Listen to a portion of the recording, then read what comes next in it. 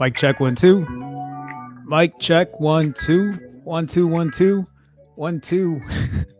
Hey guys, what's going on? Good afternoon to people on the Midwest. Good afternoon to people on the East Coast. Good morning to people on the West Coast. Well, a little bit of the morning left. I know it's late, guys. And good morning, good afternoon, and good evening to everyone else around the world. How's it going? This is hashtag TNT JoeFi, tech news that Jerome Ortega finds interesting. Episode number something something because I lost count, and day number something something in quarantine because who knows what day it is anymore. Wait, it's Wednesday, right? Yeah, I think it's Wednesday. How's it going, guys? How you guys doing?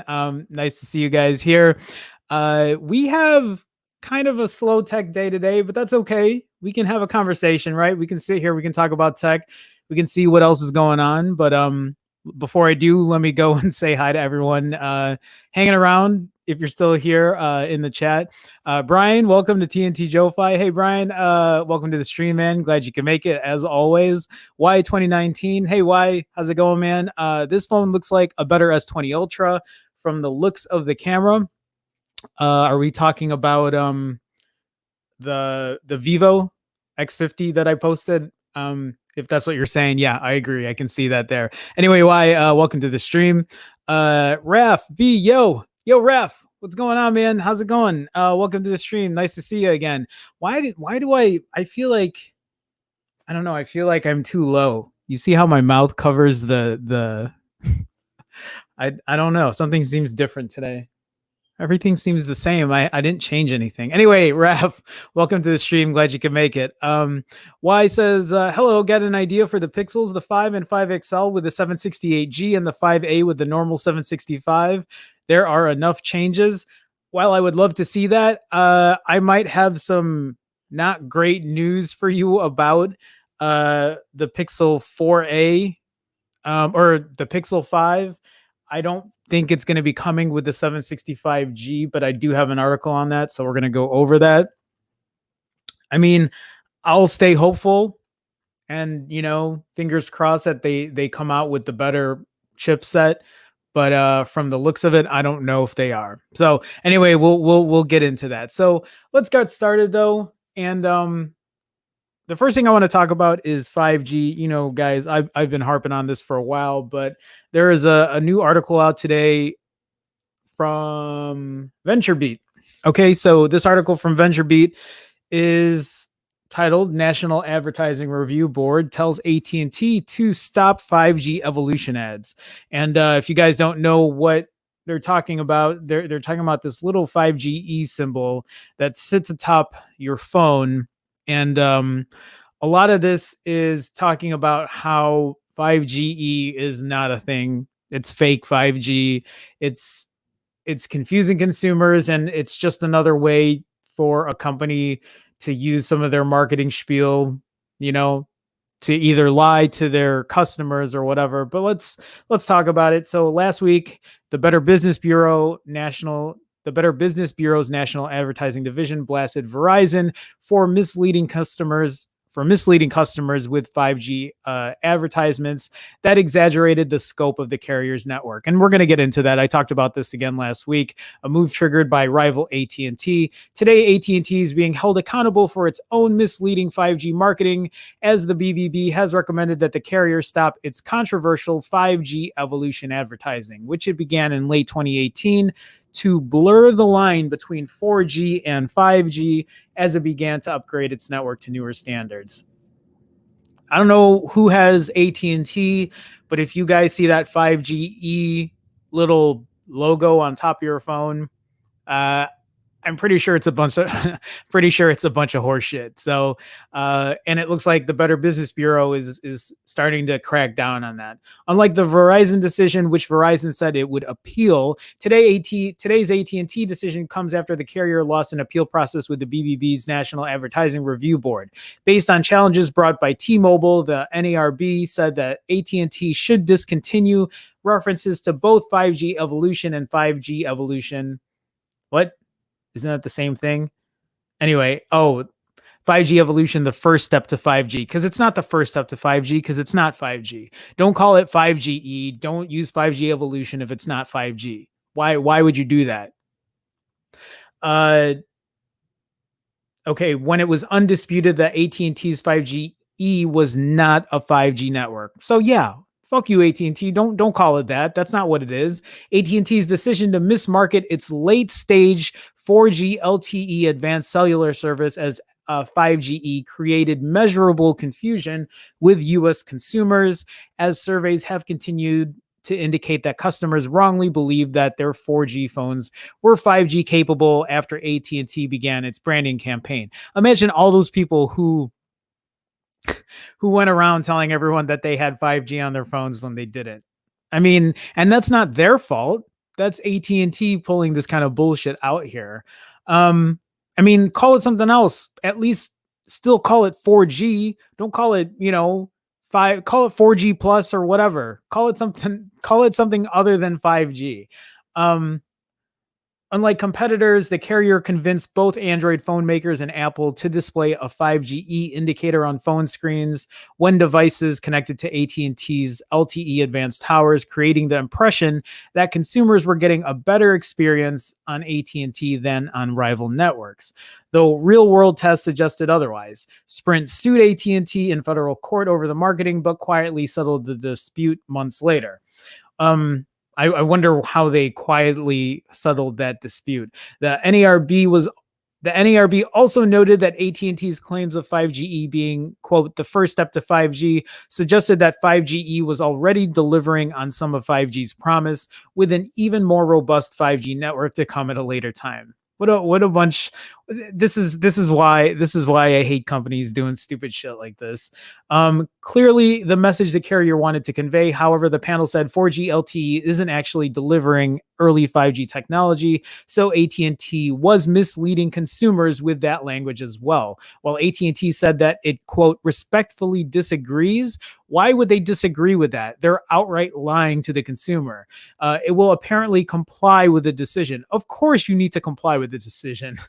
why do you keep calling it that when it's not that? Though it's unclear at this point whether it will discontinue both the 5G evolution advertisements and on-device branding or just the ads. In addition to its 4G network, the carrier currently advertises 5GE, 5G, and 5G Plus services that continue to be confusing and in some cases elusive to consumers, as there are still no maps for AT&T's millimeter wave-based 5G Plus in cities or states a year and a half after the service supposedly launched.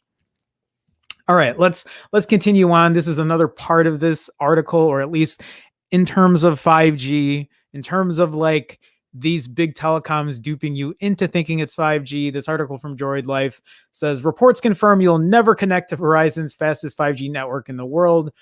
There are few industry movements as dumb as the 5G wars between US carriers. AT&T kicked it all off with their 100% fake 5G that was labeled as 5GE. But now that carriers have quote real have real 5G activated, there is a constant chest puffing over speeds versus coverage. Today, because a couple of reports want to talk about speeds, Verizon is taking the silliest of victory laps.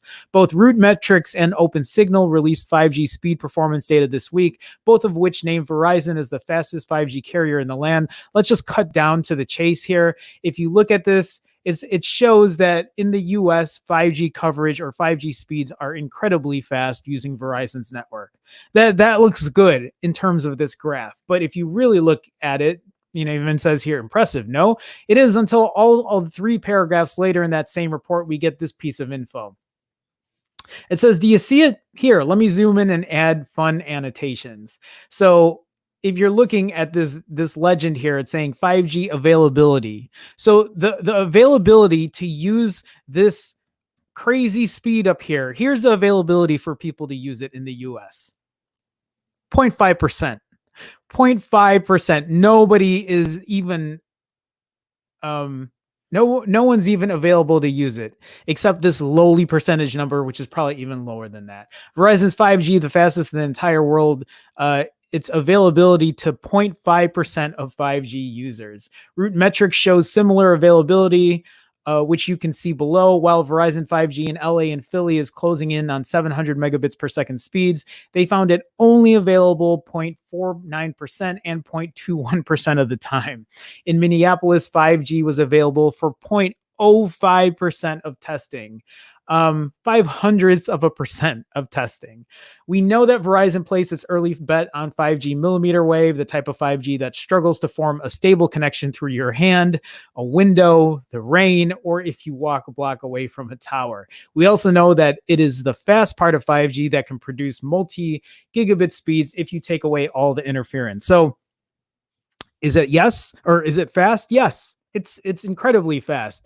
Is it reliable? No. Is it available? No.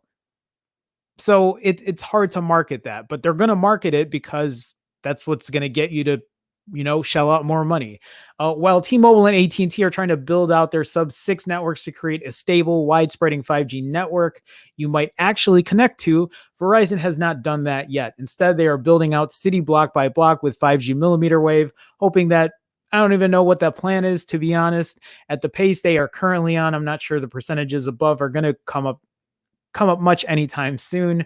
Maybe one day we'll all get to experience the fastest 5G network in the world. I just don't know when. So, and then to kind of coincide with this, to talk about what else, or at least the other side of it, this article from Android Authority today is talking about how Verizon 5G is getting a big boost in 34 cities starting today. So whether that 0.5% availability moves up to what, 0.1%, 0.15%, maybe a 0.25%, who knows where that's going to go? We'll just have to wait and see. So Verizon is giving its 5G network a bit of a boost as the carrier has just turned on 5G uploads in 35 major cities for mobile users and in Chicago's 5G home market. These cities already had 5G support for download speeds, but this change will give users a massive boost to how fast they can upload data. This announcement comes hot on the heels of the company announcing a new Samsung Galaxy S20 with faster millimeter wave 5G support. The carrier announced the upgrade today, which should make using its network for sending files and streaming videos a faster experience. I don't know if any of you guys even use 5G, if you have any phones that are capable of it. And if the speeds are really, what they claim to be, if you're anywhere in a millimeter wave or by a millimeter wave tower, that's actually giving you fast download and upload speeds. But I'm assuming most people don't. According to Verizon, the 5G upload speed should be about 30% faster than before. However, that estimate might be a little low. Crowdsourced Verizon uploads in Providence, Rhode Island found speeds increased by an impressive 78.8% from 28.28 megabits per second to 50.55. OpenSignal recently put 5G networks to the test and found that Verizon was by far the fastest. However, the study also found that Verizon's customers only spend 0.5% of their time connected to its 5G network. Of course, this means the speed isn't effective if not many people are able to use it. Not at all. And imagine if that number were to increase, how much would that speed would it actually stay that fast if the network was congested? I don't know. And we won't know until, they start moving on with this, until they start expanding it, until more people start using it. So we'll see. Anyway, let me get back into chat here. Let me see here. Tristan Edwards. Hey, Tristan, welcome to the stream. Welcome to the chat. Appreciate you stopping by. 768. Yeah. So we're talking about the Pixel 5. So the rumor is the Pixel 5 is supposed to have a 765G chipset. And then Qualcomm recently announced a 768G chipset, which is, I'm forgetting the word, which is an overclocked 765G, pretty much just a 765G on steroids, if you want to call it that, because the 765G isn't the fastest processor in the world, and we're actually going to get into that as well. But yeah, so 768 is what is being reported as their faster one, but we don't know if the Pixel 5 is going to have it or not. The rumors are it's going to be a 765G, and from another article I got today, it looks like that might be what they're sticking with, but we'll wait and see. Anyway, Tristan, welcome to the stream. Glad you stopped by. And then Y says, could you talk about the Moto E7 in the future? Y send me an article about the Moto E7. I don't know much about it. I don't keep up with a lot of E-series phones from Moto, just because I'm not the biggest fan of slower processors. And for me, a big reason is that just because I don't want to have a phone that has lag on it. But I don't know, maybe the E7 is something that isn't bad now, but I haven't even looked at an E-series phone in a while. I can't remember the last. I think I owned one before. I don't know. I don't even know if I did. Oh, it's rumored, kind of. Yeah. Am I thinking of something else? No, there is an E series. I just don't know much about it. I'll do a little research. I'll do a little research and see. So, okay. Let's move on though. And this is about the Pixel 5, and this is about how the Pixel 5 might not get the 768. So it's a good segue. I didn't know that was my next article here. So this article from GSM Arena is titled "The Pixel 5 may have to settle for a Snap 765, new evidence suggests." Google's Pixel phones never had the fastest chipset, and that was by choice. The original phones used a Snap 821 downclocked to 820 speeds. The Pixel 2 and 3 also use underclock speeds, Snap 835 and 845 respectively. The Pixel 4 was the first model to run its chipset at stock speeds. There's mounting evidence that the upcoming Pixel 5 won't even bother with an 800 series chip, and I'm pretty sure that they won't. I don't think, don't be surprised if you don't get a 800 chipset series or an 800 series chipset in your Pixel 5, because most likely it's not going to come with that. You're probably going to get the 765G that they've been talking about.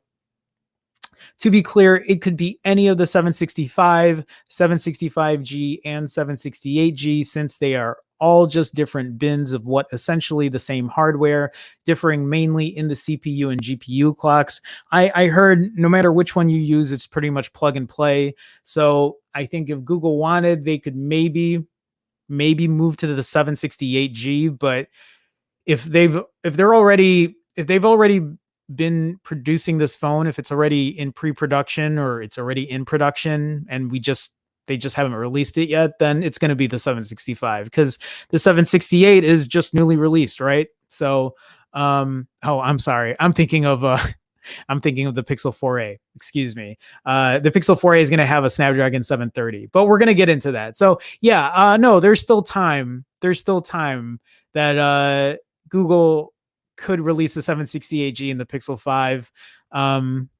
It just, I don't know. Cross your fingers that we're going to see a better chipset in there. The latest evidence comes from XDA senior member C-Stark27, who dug out the information out of a leaked Google Camera 7.4 APK.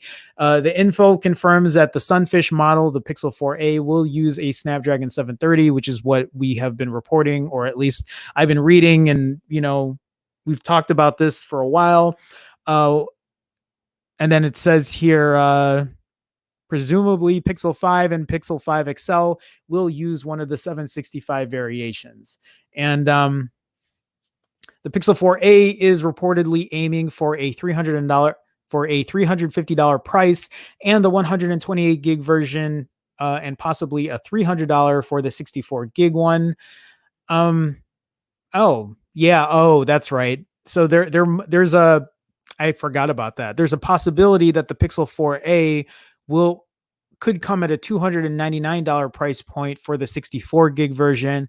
But at that point, I'd pretty much tell people to opt for the 128 gig. Which compares favorably against the $400 iPhone SE with 64 gigs of storage.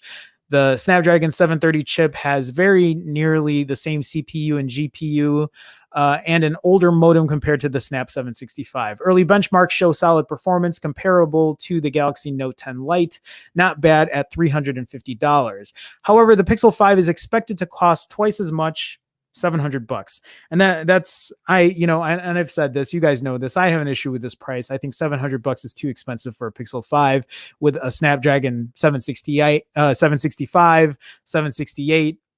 Any of the 700 series chipsets, I think, is still too much at $700, which may be $100 less than the Pixel 4 launch price. But that phone sold so poorly that two high-ranking members of the Pixel team departed the company. So even if the 5 uses the latest Snapdragon 768, which we doubt, given Google's history with chipsets, it will be a tough sell. Let me kind of break this down to, if you think about it, right? The Pixel 4 right now is $500, $500 Pixel 4 with a Snapdragon 855 chipset. So think about that for a second. $500 again, $500 Snapdragon 855. If the Pixel 5 comes in at $700, you're going to get a Snapdragon 765, 768. That's going to cost more money. That underperforms versus a Pixel 4 doesn't make much sense. This is kind of why I am hoping that the Pixel 5 will come in at a $500 price point and not something a lot more expensive. But knowing Google, I don't know what they're thinking. I don't know what they have in their heads about like what they're going to do in the future when it comes to their Pixel lineup. We've been talking about this for a while. I've been talking about this for the past couple of days. So, we'll wait and see. So anyway, guys, let me get back into chat. I see Tectonic here. Yes, they better get the 768. I hope they do.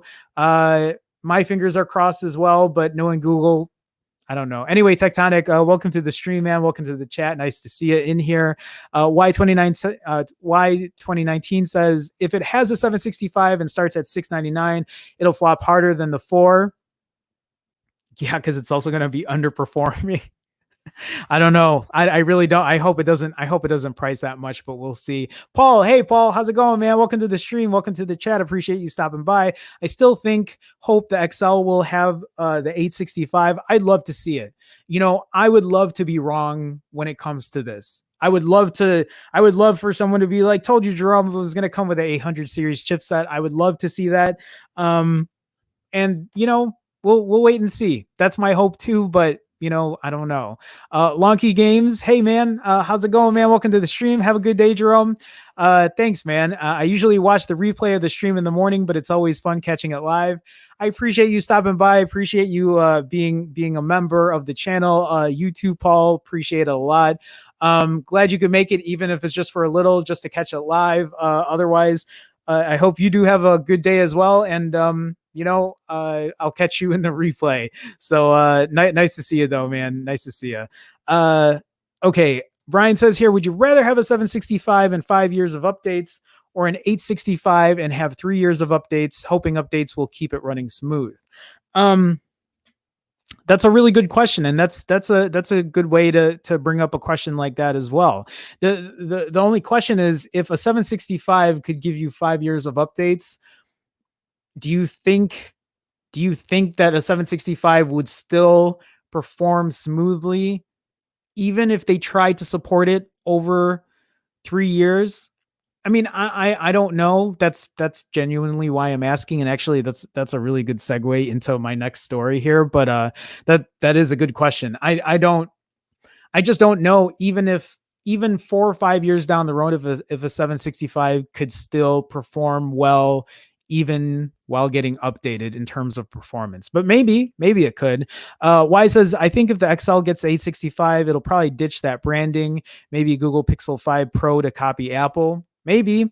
I just, they have so many different variations with phones now. Now there's the A series, there's the regular Pixel series, or maybe they'll just call it the XL and then they'll just make it.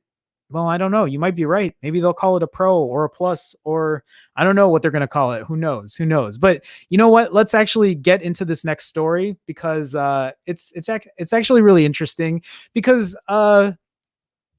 somebody went ahead and took Antutu's benchmarks and kind of put it in a chart so we can see how well it does in performance. And I thought this was interesting, but also, while we go through this chart, do not take this chart as the Bible, right? This isn't set in stone. Just because it shows where it ranks in terms of performance doesn't always mean that this is how it actually performs in real world performance. Not to mention the fact that there are companies that are cheating, benchmarks and whatever. But if anything, this is a good guide to take a look at how these charts compare. So Antutu published a new page on its site that offers a great visual representation of the performance of various chipsets used in Android phones. The page shows a rocket blasting off. The closer a chip is to the rocket, the faster it is. Currently, the top position is held by the Qualcomm Snapdragon 865. And before I get to the rest of this article, let's actually take a look at this rocket ship, and let's take a look at this chart just to see how the chipsets compare to other ones, I guess, in the playing field when it comes to Android phones. So you'll see here, this is the Snapdragon 865. I'm going to make this bigger so you guys can see. And you can see the 865 right now, the 865 5G from Snapdragon from Qualcomm is at the top of the charts. And then right below it, not right below it, but a few notches below is the Exynos 990. And then right below that is the Dimensity 1000 Plus. So this is actually really good for me, at least, because there's been a lot of questions about where some of these other chipsets that I haven't heard of kind of lie in terms of performance. And so you see Snap 865 at the very top, Exynos 990, Dimensity 1000 Plus. This is one from MediaTek that's right below it. And then going further down is the Snapdragon 855 Plus, which you can find in some of last year's phones. And then the Kirin 990 5G, and then the Snapdragon 855, which powers the Pixel 4. And then some of, a lot of 2019's flagship handsets. Then there's the Exynos 9825, the Kirin 990, the Exynos 9820. You scroll a little further down, the Dimensity 1000L, the Dimensity 820, which was just announced not too long ago, and then the Kirin 985 5G and the Kirin 980. And then below that is the Snapdragon 845. This chipset is still really well performing. What you can find in the OnePlus 6, the 6T, the Kirin 825G, the Exynos 98010, 980. And then you'll see here's where I really wanted to get to, is the Snapdragon 765G. Why why why is this being posted twice? Why am I seeing? Oh, okay, I'm sorry. I was missing the G. So right here is the Snapdragon 765G and then the Snapdragon 765. I would assume I would assume that the 768, sorry guys, I'm going to kind of I would assume that the Snapdragon 768 would be right around here, probably where the Exynos 980 and 980 10 lies. So and then if we go even further back, right? I just want to show you. Okay, actually, I didn't need to go that far back, but if you look here, here's the Snapdragon 845, and then the 765. So even when this Pixel 5 comes out, it is still not going to be in terms of performance, at least in Antutu's benchmarks. It's not going to be anywhere there. I don't know how close these two are, but what I'm trying to say is the 765 chipset will still underperform from what a OnePlus 6, a OnePlus 6T will give you. Um, what else is in what else is in an 845? The Galaxy S9, the Poco F1. There were a lot of handsets with the 845, but you guys know where I'm going with that. The Pixel 3. I mean, the Pixel 3, guys, that's 2 years old, and that's still gonna outperform it in terms of Antutu. Again, I don't know where it's gonna go in terms of real world performance, but you know, again, this is a guide to look at. And so you can see that there's a big gap in terms of performance. If the Snapdragon holy shit, the Snapdragon 865 is up here, guys. It's up here. And then we're talking about the 768 down here. So I mean, you know, again, we don't know for sure. The real test is in how you use it daily, what your experience is like. My concern, my real issue is I just don't want to see lag in my Pixel 5. I don't. I will most likely buy the Pixel 4a, and we'll see where that Snapdragon 730 is. Actually, where is that 730? So it's not that far in between in terms of performance for Antutu. You'll see the Snapdragon 835 here, which is now a few years old, but it's still, in terms of raw performance, it's right in between the Snapdragon 730, which is what you're going to be seeing in the Pixel 4a, and then the 765, which is what you're most likely going to be seeing in the Pixel 5. Yeah. And then you'll see some of the slower chipsets below here. You know, you have the old school Snapdragon 821s down here, and then you'll see Snapdragon 600 series below that. And then you have a bunch of the slower ones down there. But it's a real interesting graph chart, whatever you want to say or whatever you want to call it. But yeah, the Snapdragon 865 is right at the top here, which is why we all want to see the 865. We all want to see the best performance that we can get, or at least a lot of us do, or a lot of us tech geeks want to see that. It actually makes me wonder where the Apple A13 Bionic chip lies. Like if the Snapdragon 865 is right here, where does the A13 go? How good is that in terms of performance? But let's get back into this article. The distance between chipsets represents a relative difference in performance, which makes the gap between the 865 and Samsung's Exynos 990 embarrassing. Meanwhile, MediaTek's Dimensity 1000 Plus gets quite close to its pricier competitors. Note that the results on this page are not calculated based on the full Antutu score, which includes screen refresh rate and storage speed, things that can vary wildly between phones using the same chipset. Instead, only the CPU and GPU performance is considered to get a true reading of a chipset's true power. So just raw performance out of the chipset. To get the most accurate results, the scores from all phones using a given chipset are taken into account. Also, Apple's chipsets are not included in this list. They would have claimed the top spot, especially the tablet versions. I don't know if there's anything else in this article that talks about it, but yeah, pretty interesting. Again, don't take it, you know, this isn't the Bible. This isn't what you need to like figure out if this is the phone you should get, but it's again, it's a good way to look at it in terms of raw performance and see how certain chipsets perform and kind of give you a basic guide on, how important performance is to you and whether or not that chipset is going to be right for you for your next phone. If anything, it's also a good way to see where this lies and to kind of compare with the experience on your phone right now. Whatever chipset you have, whether you have lag or whether it's lagging for you, I don't know. So, okay, guys, let me get back into the chat here. Let me go back up. Uh, I don't know if you guys are talking with each other or you guys are asking me stuff, but if you are, just ask me again. But I'm glad you guys are having a conversation here. I see Paul here as well. I don't think I've seen you in the stream before, Paul. Maybe I have, maybe I haven't. Paul, UK salutations, Jerome. Hey, Paul, how's it going, man? Welcome to the stream. Just curious with the possible mid-range specs for the Pixel 5. Does it mean past flagship Pixels will have longer software support, as I plan on buying a new 2XL for 350 pounds? Wait, let me see. For the Pixel 5, you know what, Paul?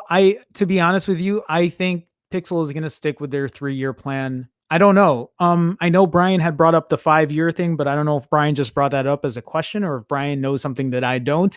But Paul, from what I know, Pixels are probably just going to get 3 years tops. So the Pixel 2 XL that you're going to be looking into, God, you can find a new Pixel 2 XL still boxed, like unopened.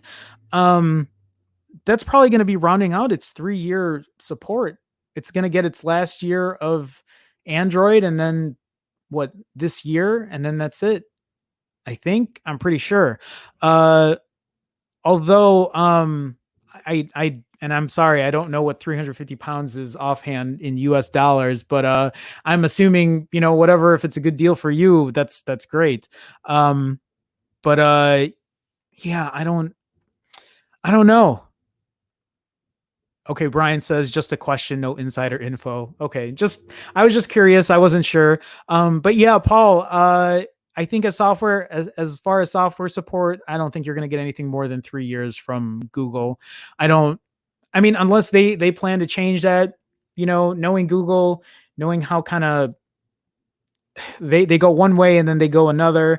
You never know. Maybe they will start supporting it past that, but I'm not a psychic. I have no idea. Psychics wouldn't know either, so they're not going to be able to help you. But yeah, let me know what you end up getting, Paul. I'm kind of curious. Anyway, Paul, welcome to the stream. Appreciate you joining the chat.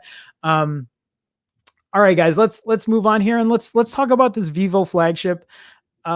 This is something I don't know much about. I don't know much about this Vivo X50. But this next flagship has a giant gimbal style camera lens. And there is a video about this as well. So I want to talk about that. Vivo has started teasing its next flagship phone, the X50. A video posted to Weibo shows off the camera module, which includes a periscope telephoto, 2 normal looking lenses, and 1 much larger module that is presumably for the primary camera. The lens rotates as the module is manipulated by a robotic gimbal, suggesting the key feature here is image stabilization. One of the big inclusions in Vivo's Apex 2020 concept phone, which we weren't able to see in person due to the COVID-19 pandemic, was, quote, gimbal-like stabilization on a 48 megapixel camera. Let's cut real quick and let me show you that video, because this is something that I thought was interesting. Whether or not, I guess the thing is whether or not this video really shows how well it works in terms of stabilization. I mean, it's a marketing video, right? So we don't know for sure, but apparently it's, let me make this bigger here. I mean, it looks really good, right? And it's just showing the lens there moving as like a gimbal style kind of deal. And then not only that, and we'll just go through this one more time as I talk about it, but there's another video here that also talks about how good the low light is for it. So I don't know much about this Vivo phone. I don't even know if it's going to be available in the States, which is a thing I always talk about. I always just don't know if a lot of these phones are going to be coming out in the States. Oh, here's the other video. So this, I think, shows its low light performance for the Vivo X50. Obviously, it's a dark shot, right? Like in a restaurant. And then after taking the shot, apparently the low light works so well in it that, it's going to give you really good low light performance. But again, we don't know. Let me kind of continue on with this article. Actually, let me take this off.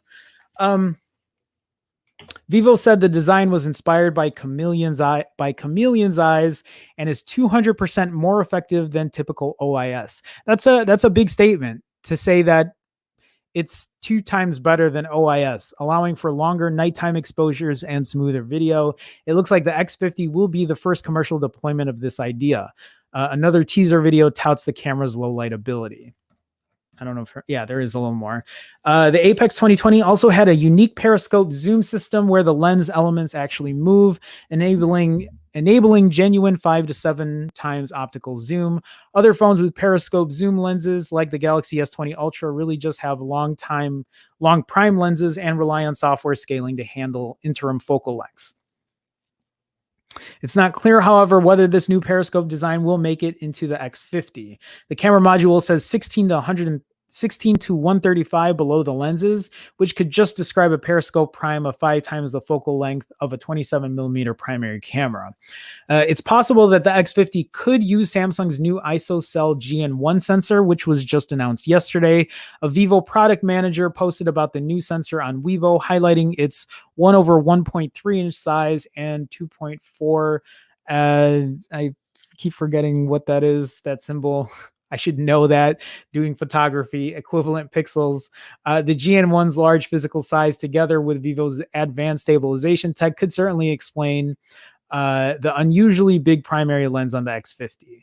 So, I mean, it's exciting to see. I just don't know, when Samsung released or talked about their Galaxy S20 and their S20 Ultra, and they talked about how big the lens was going to be, or the sensor was going to be, I was really excited. I thought this was going to be a camera that was really just going to outperform the iPhone 11 Pro and the Pixel 4, but the camera samples seem good from what I see. I'm sure it's somewhere in the top 3 when it comes to camera phones, maybe top 5, whatever. Top 3 being, anyway, top 3, top 5, whatever. But I don't think it's the best. And obviously the S20 Ultra, if you guys have been living under a rock, has been getting such scrutiny for its camera in general, for its autofocus, and it hasn't been the best that's out there. Which is an even bigger blow for people because it's an expensive ass phone. And I don't know if there's anything else in this article to go over though. Again, gimbal-like kind of optical image stabilization. I mean, if there's anything that I really enjoy, it's good video, and being able to hook a camera up just to like a mini tripod and walk around with it is something that I do a lot, especially when I'm just recording video. And to have a phone that's going to have even better stabilization, I welcome it. The iPhone 11 Pro, past Samsung Galaxy phones, and even some of the newer Pixel phones have great stabilization, and I will always take better. If you can give me better, I'll take it. I don't think there's anything else to talk about it here. So the Vivo X50 series will be unveiled on June 1, so it's not long from now, so less than 2 weeks. So we'll find out more about the devices and what you can do with the gimbal-style stabilization then. But we're glad to see tech from the Apex 2020 concept phone find its way into a commercial device. Same here. I feel the same way. Okay, let me see here. Paul says about $400 minus tax. Thanks for your opinion. No problem, man. Let me know what you end up getting. I'm trying to think, would a Pixel 2 XL outperform a Pixel 4a? Because I think the camera will be better, but it probably won't be better by a ton. I'm thinking how good a Pixel 2 XL would be over a 4a. It's a good question. Because around $400 minus tax, would that be cheaper in the UK? I don't know. How do they price Pixel phones in the UK? Do they price Pixel phones more expensive? I don't know. Just let me know. I'm curious. I'm curious what your thoughts are on the Pixel 4a, um, as opposed to getting that over a Pixel 2 XL. I mean, I know it's brand new, unless you're just looking for like a much bigger screen. I'm thinking I haven't used a 2 XL in a while, and like it's hard for me to think about how phones have been for me in the past because I've had so many that it's I would have to watch like some of my older videos to really see how I feel about some of the phones then. I mean, Pixels have been some of my favorites over the years, but the the 2 and the 2 XL, it's just been a while since I've used it. Anyway, let's move on here.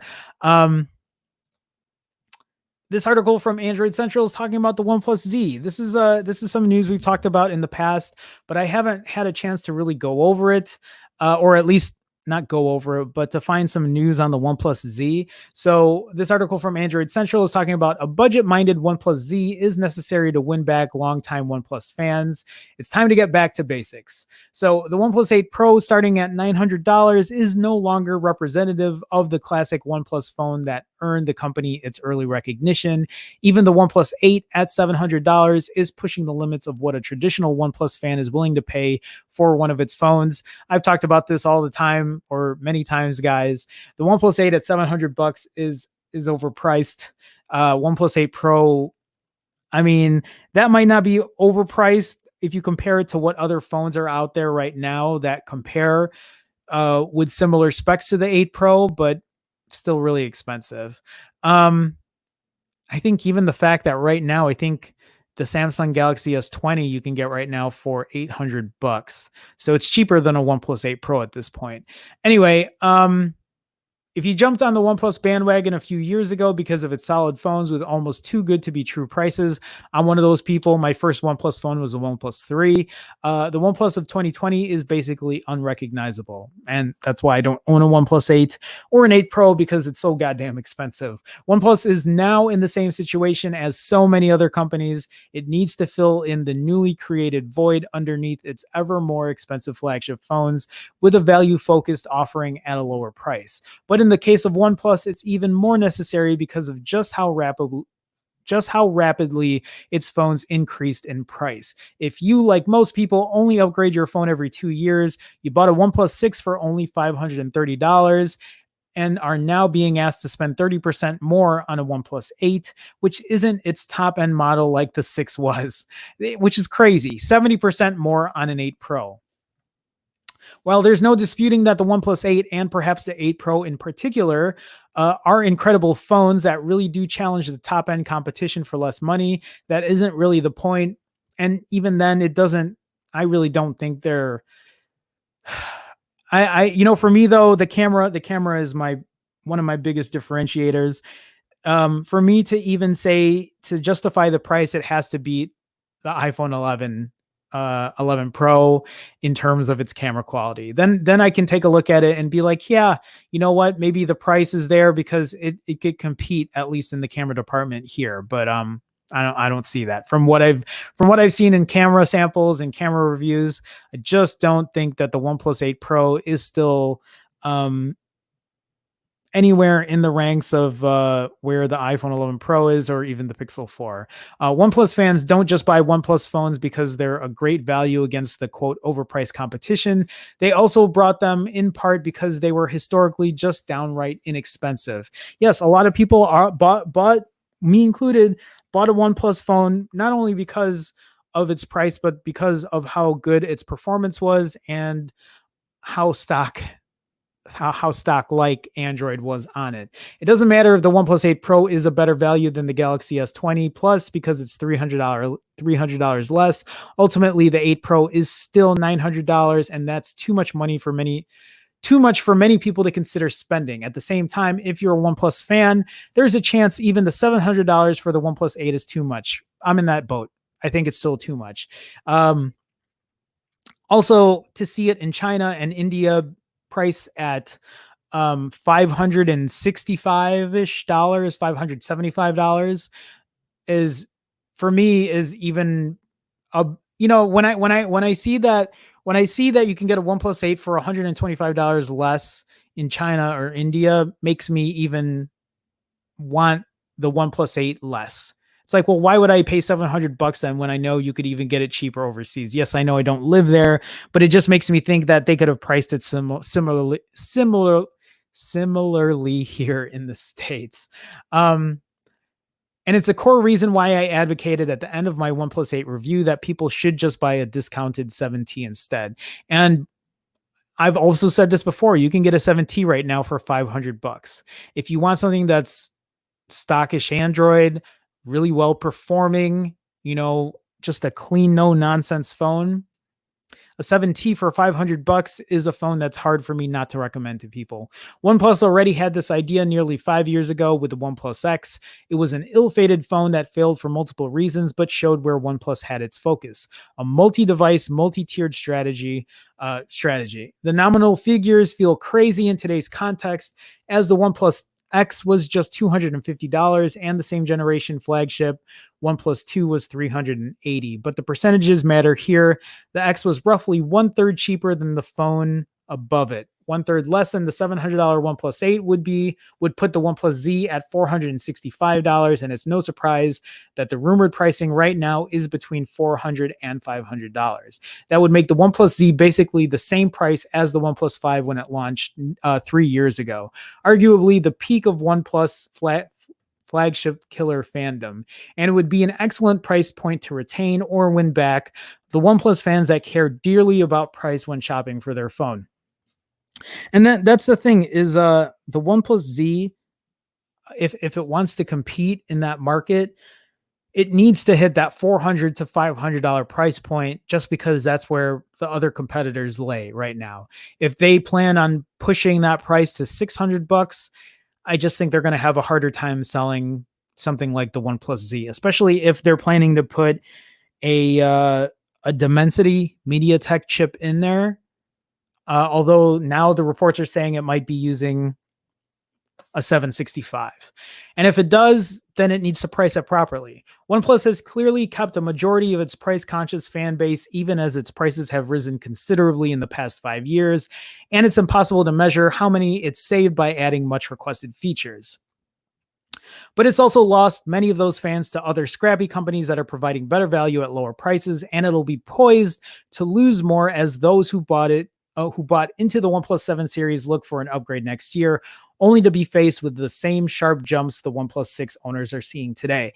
And I think what's going to happen is these guys who are now getting a year and a half into their phones or close to 2 years into their phones, instead of spending $7, $8, $9, $1,000 for a phone, they're going to start looking at these mid-range phones. They're going to look at these $400 to $500 phones and say, well, the phone I have now is almost 2 years old, but will this $400 phone still be good enough to replace what I've been using for the last year and a half, 2 years? And I think in most cases, it might come close.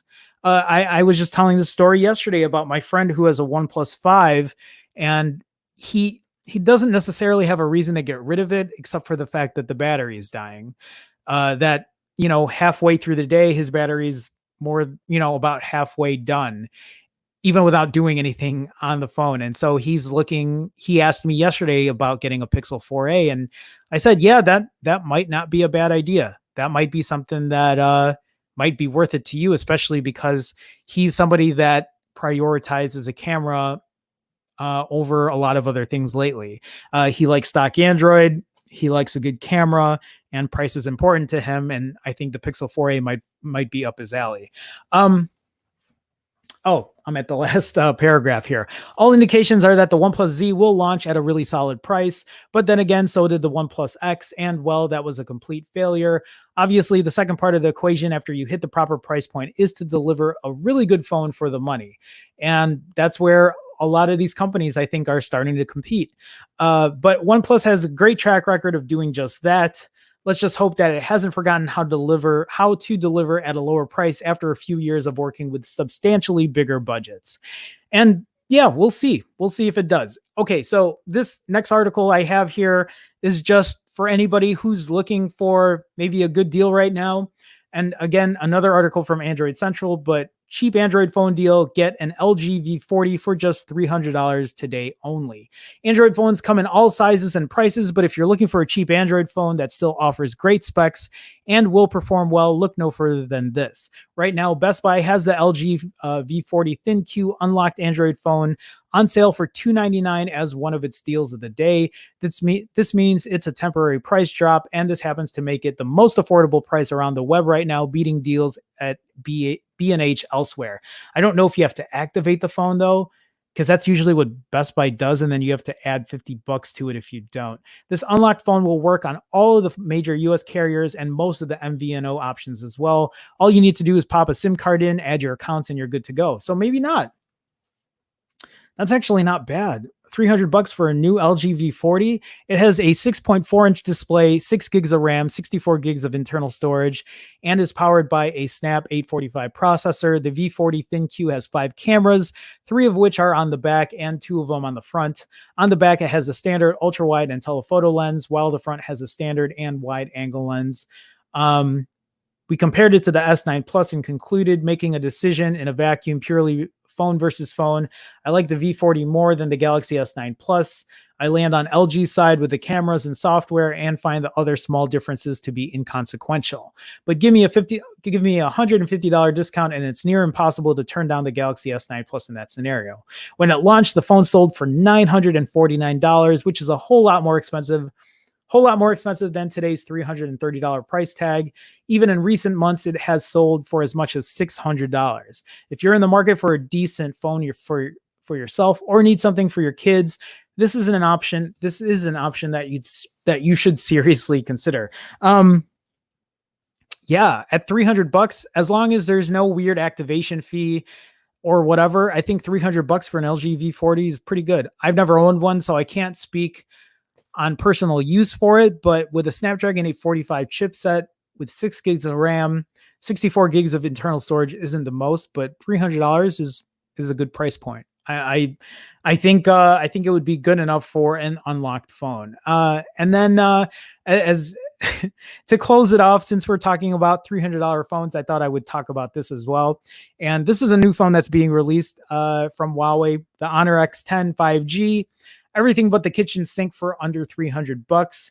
Honor might not have access to Google Play services, so keep that in mind, guys, but it's still able to deliver some intriguing devices, and the newly announced Honor X10 5G definitely seems to fit the bill. The new phone is the first 5G-enabled device in the Honor X series, being powered by the brand new Kirin 820 5G chipset. Honor's device also packs 6 gigs to 8 gigs of RAM and 64 gigs to 128 gigs of expandable storage. Another major selling point is the 6.63-inch 90 Hz LCD screen, so you get a faster refresh rate, giving you a higher refresh rate and a smoother experience compared to traditional 60 Hz panels. It's not quite as high as 120 Hz seen on Samsung's flagships and the OnePlus 8 Pro, but it's nevertheless welcome to see. The display is a full screen design too, thanks to the presence of a 16 megapixel pop-up selfie camera, which is great to see. I'm always happy to see a selfie cam. I still want to own a phone with a selfie cam one of these days whenever I get that chance. A high refresh rate and 5G are two of the biggest battery drains on smartphones right now, and Huawei is offering a 4,300 milliamp hour battery to keep things going. Don't expect 40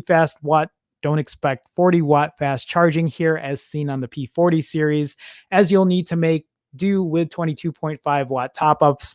I still don't think that's the worst in the world, especially at a $300 price point. Although you're not getting Google services here, so keep that in mind. The Honor X10 5G also sports a triple rear camera featuring a 40 megapixel primary sensor, 8 megapixel ultra wide camera, and 2 megapixel macro shooter.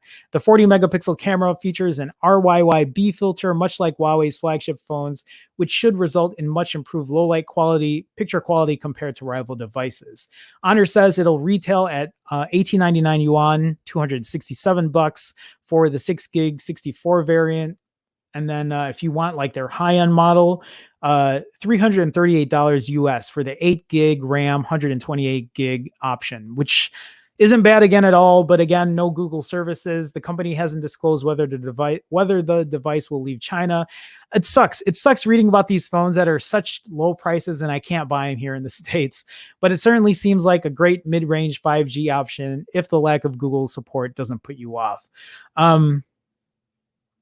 Yeah, not a bad phone. Again, it doesn't have Google services. You know what would be a good video actually? If I were to buy one of these phones and then try to use it for a week without using Google services and how that would fare for me. I think I might lose my mind not being able to use Google services at all. I don't know what I would end up doing to switch all my stuff like Google Maps and all that kind of stuff. But yeah, I don't know. So, but again, a pop-up cam, whatever. I thought it was kind of comparable because here's a $300 phone, or you could still get, kind of a high end with a Snapdragon 845 chipset that'll have good performance at $300 at Best Buy that, will work today here in the US. So yeah. Anyway, guys, I think I might be wrapping it up from here.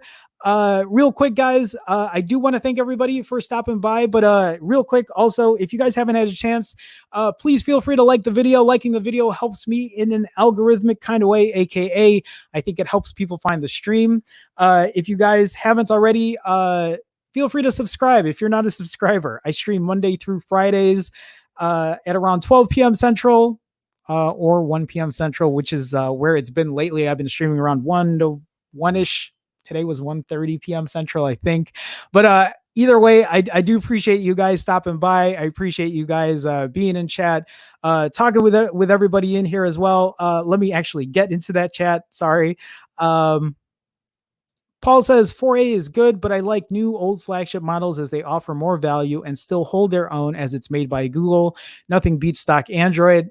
I'm with you with that. I'm with you on that, Paul. Stock Android is my way to go.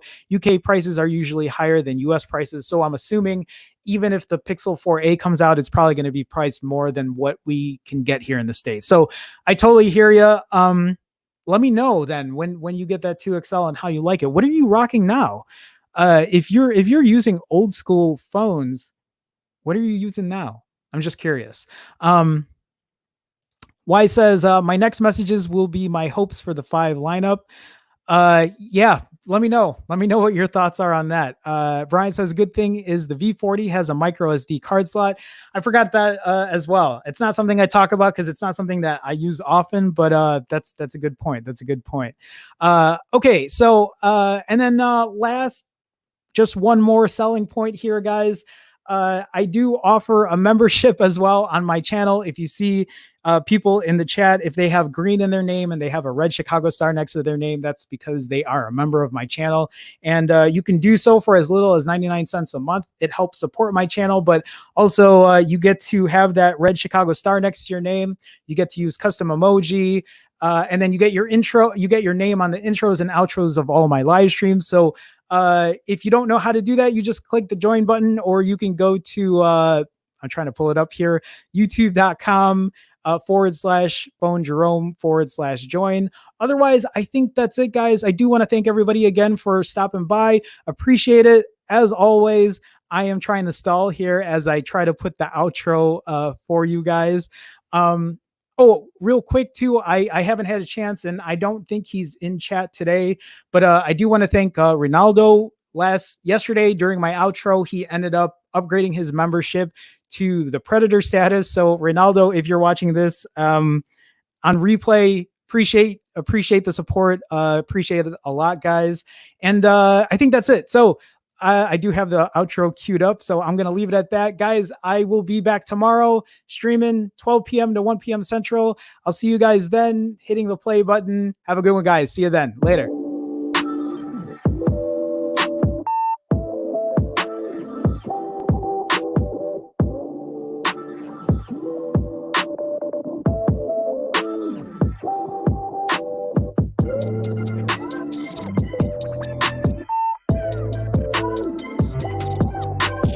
God damn it, Brian. Okay. I gotta come back, guys. I was already walking up to leave, and like Brian just Brian just super chatted $1.99. Brian, man, thank you for the support. Thank you for the continued support. Brian, with his continued streak of super chats. Brian, thank you again. Means a lot to me. Brian, you honestly don't have. But again, thank you so much. I appreciate it. Yes, you just made it. Thank you again, Brian. Thanks so much. Also, thank you for moderating in the stream, always being part of it and dropping by. So thanks again. Okay, guys, I'm going to switch back. But yeah, Brian, thank you. Thank you so much. Okay, guys, see you tomorrow, 12 p.m., right? 12 p.m. to 1 p.m. Central. Okay, I'm hitting play again. Bye, guys. See you tomorrow.